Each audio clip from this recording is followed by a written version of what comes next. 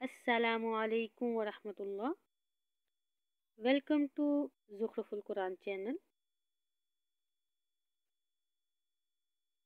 آج ہم سیرت نبوی پر دنیا بھر میں اول انعام یافتہ کتاب الرحیق المختوم میں سے حضرت حمزہ رضی اللہ تعالی عنہ کے اسلام لانے کا واقعہ اور ان کی شہادت کا واقعہ بیان کریں گے۔ بسم اللہ الرحمن الرحیم۔ حضرت حمزہ رضی اللہ تعالی عنہ کا قبول اسلام۔ مکہ کی فضا ظلم و جور کے ان سیاہ بادلوں سے گھمبیر تھی کہ اچانک ایک بجلی چمکی اور مقہوروں کا راستہ روشن ہو گیا، یعنی حضرت حمزہ رضی اللہ تعالی عنہ مسلمان ہو گئے۔ ان کے اسلام لانے کا واقعہ سن 6 نبوی کے اخیر کا ہے، اور اغلب یہ ہے کہ وہ ماہ ذی الحجہ میں مسلمان ہوئے تھے۔ ان کے اسلام لانے کا سبب یہ ہے کہ ایک روز ابو جہل کوہ صفا کے نزدیک رسول اللہ صلی اللہ علیہ وآلہ وسلم کے پاس سے گزرا تو آپ کو ایذا پہنچائی، تکلیف پہنچائی اور سخت سست کہا۔ رسول اللہ صلی اللہ علیہ وآلہ وسلم خاموش رہے اور کچھ نہ کہا،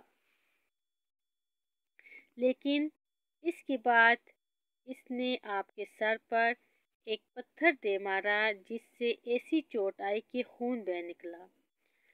پھر وہ خانہ کعبہ کے پاس قریش کی مجلس میں جا بیٹھا۔ عبداللہ بن جدعان کی ایک لونڈی کوہ صفا پر واقع اپنے مقام سے یہ سارا منظر دیکھ رہی تھی۔ حضرت حمزہ رضی اللہ تعالی عنہ کمان حمائل کیے شکار سے واپس لائے تو اس نے ان سے ابو جہل کی ساری حرکت سنا دی۔ حضرت حمزہ رضی اللہ تعالی عنہ غصے سے بھڑک اٹھے۔ یہ قریش کے سب سے طاقتور اور مضبوط جوان تھے۔ ماجرا سن کر کہیں ایک لمحہ رکے بغیر دوڑتے ہوئے اور یہ تہیہ کیے ہوئے آئے کہ جو ہی ابو جہل کا سامنا ہوگا اس کی مرمت کر ڈالیں گے۔ چنانچہ مسجد حرام میں داخل ہو کر سیدھا اس کے سر پر جا کھڑے ہوئے اور بولے، او سرین پر خوشبو لگانے والے بزدل، تو میرے بھتیجے کو گالی دیتا ہے، حالانکہ میں بھی اسی کے دین پر ہوں۔ اس کے بعد کمان سے اس زور کی مار ماری کہ اس کے سر پر بدترین زخم بن گیا۔ اس پر ابو جہل کے قبیلے بنو مخزوم اور حضرت حمزہ کے قبیلے بنو ہاشم کے لوگ ایک دوسرے کے خلاف بھڑک اٹھے، لیکن ابو جہل نے یہ کہہ کر خاموش کر دیا کہ ابو عمارہ کو جانے دو، میں نے واقعی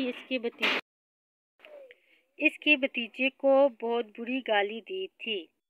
ابتداً حضرت حمزہ رضی اللہ تعالیٰ عنہ کا اسلام محض اس اہمیت کے طور پر تھا کہ ان کے عزیز کی توہین کی گئی، لیکن پھر اللہ نے ان کا سینہ کھول دیا اور انہوں نے اسلام کا کرہ مضبوطی سے تھام لیا، اور مسلمانوں نے ان کی وجہ سے بڑی عزت اور قوت محسوس کی۔ جنگ احد میں حضرت حمزہ رضی اللہ تعالی عنہ بھی بھبرے ہوئے شیر کی طرح جنگ لڑ رہے تھے اور بے نظیر مار دھاڑ کے ساتھ قلب لشکر کی طرف بڑھے اور چڑھے جا رہے تھے۔ ان کے سامنے بڑے سے بڑے بہادر اس طرح بکھرے جاتے تھے جیسے تیز آندھی میں پتے اڑ رہے ہوں۔ انہوں نے مشرکین کے علمبرداروں کی تباہی میں نمایاں رول ادا کرنے کے علاوہ ان کے بڑے بڑے جانبازوں اور بہادروں کا بھی حال خراب کر رکھا تھا، لیکن صدحیف کی اس عالم میں ان کی شہادت واقع ہو گئی، مگر انہیں بہادروں کی طرح رو در رو لڑ کر شہید نہیں کیا گیا، بلکہ بزدلوں کی طرح چھپ چھپا کر بے خبری کے عالم میں مارا گیا۔ شیر خدا حضرت حمزہ رضی اللہ تعالیٰ عنہ کی شہادت کا واقعہ۔ حضرت حمزہ رضی اللہ تعالیٰ عنہ کے قاتل کا نام وحشی بن حرب تھا۔ ہم ان کی شہادت کا واقعہ اسی کی زبانی بیان کرتے ہیں۔ اس کا بیان ہے کہ میں جبیر بن مطعم کا غلام تھا اور ان کا چچا طعیمیہ بن عدی جنگ بدر میں مارا گیا تھا۔ جب قریش جنگ احد پر روانہ ہونے لگے تو جبیر بن مطعم نے مجھ سے کہا، اگر تم محمد کے چچا حمزہ کو میرے چچا کے بدلے قتل کرو گے تو میں تمہیں آزاد کر دوں گا۔ وحشی کا بیان ہے کہ اس پیشکش کے نتیجے میں میں بھی لوگوں کے ساتھ روانہ ہو گیا۔ میں حبشی آدمی تھا اور حبشیوں کی طرح نیزہ پھینکنے میں ماہر تھا، نشانہ کم ہی چوکتا تھا۔ جب لوگوں میں جنگ چھڑ گئی تو میں نکل کر حمزہ کو دیکھنے لگا۔ میری نگاہیں ان کی تلاش میں تھیں۔ بالآخر میں نے انہیں لوگوں کے ہجوم میں دیکھ لیا۔ وہ خاکستری اونٹ کی طرح معلوم ہو رہے تھے، لوگوں کو درہم برہم کرتے جا رہے تھے۔ ان کے سامنے کوئی چیز ٹک نہیں رہی تھی۔ واللہ میں ابھی ان کے قتل کے ارادے سے تیار ہی ہو رہا تھا اور ایک درخت یا پتھر کی اوٹ میں چھپ کر انہیں قریب آنے کا موقع دینا چاہتا تھا کہ اتنے میں سبا بن عبد العزیٰ مجھ سے آگے بھاگ کر ان کے پاس جا پہنچا۔ حمزہ رضی اللہ تعالیٰ عنہ نے انہیں للکارتے ہوئے کہا اور ساتھ ہی اس زور کی تلوار ماری کہ گویا اس کا سر تھا ہی نہیں۔